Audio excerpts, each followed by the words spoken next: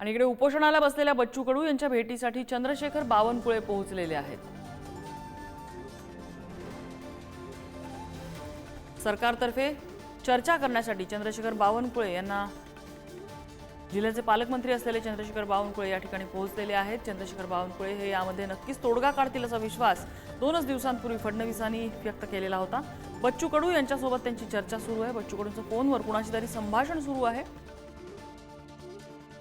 त्यांच्या अन्नत्याग आंदोलनामुळे त्यांची तब्येत चांगलीच खालावली आहे। जवळपास 4.5 किलोनी बच्चू कडू यांचं वजन कमी झालेलं आहे।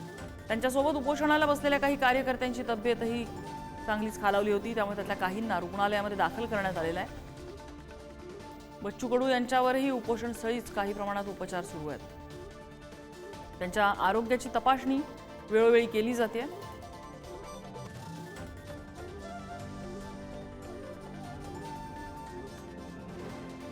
अर्थात सरकार आणि बच्चू कडू यांच्यामध्ये काय चर्चा होते, काही तोडगा निघतोय का त्यांच्या मागण्यांवरती, ते आता पाहावं लागणार आहे।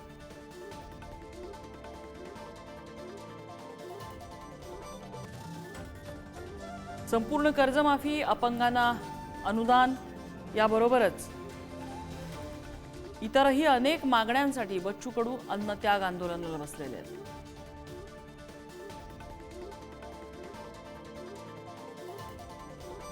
आणि बच्चू कडूंची मनधरणी करण्यासाठी सरकारकडून चंद्रशेखर बावनकुळे या ठिकाणी पोहोचलेले आहेत। छगन जाधव आमचे प्रतिनिधी आपल्याला अपडेट देत आहेत। छगन, काय तपशील?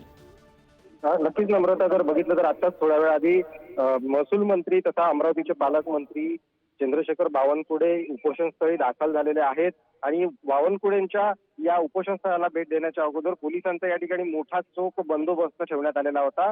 सध्या बच्चू कडू आणि चंद्रशेखर बावनकुळे यांची चर्चा सुरू आहे। बावनकुळे यांनी त्यांच्या फोनवरनं मुख्यमंत्री देवेंद्र फडणवीसांना फोन लावलेला आहे आणि बच्चू कडूंचा त्या फोनवरती संवाद जो आहे तो सुरू आहे। नेमकं या भेटीमधून काही तोडगा निघतो का, मुख्यमंत्री काही सकारात्मक घेतात का, हे देखील पाहणं तितकंच महत्त्वाचं ठरणार आहे। मात्र या ठिकाणी जर बघितलं तर बावनकुळेच्या भेटीच्या वेळी या संपूर्ण उपोषणस्थळी प्रहारचे कार्यकर्ते असतील, शेतकरी असतील, यांनी देखील मोठ्या प्रमाणात गर्दी केलेली आहे। पोलीस क्यूआरटी पथक देखील या ठिकाणी दाखल झालेलं आहे। या अगोदर जर पाहिलं तर आपण 5 उपोषणकर्त्यांची जी आहे ते तब्येत खालावलेली होती, त्यापैकी 2 उपोषणकर्त्यांना जो आहे तो रुग्णालयात हलवण्यात आलेला आहे आणि दोघांवरती या ठिकाणी उपोषणस्थळी सलाईनवरती उपचार सुरू आहे। बच्चू कडूंना आज दुपारच्या वेळी देखील उलटी झालेली होती, त्यांची प्रकृती खालवत आहे, त्यामुळे सरकारनं लवकरात लवकर तोडगा काढावा अशी एक मागणी जी आहे ती यावेळी होताना दिसत आहे। आता या भेटी दरम्यान नेमकं काय चर्चा होतात, काय घडतं आणि काही तोडगा निघतो का हे बघावं लागेल। छगन, अपडेट घेत राहू। तुर्तास धन्यवाद या माहितीबद्दल।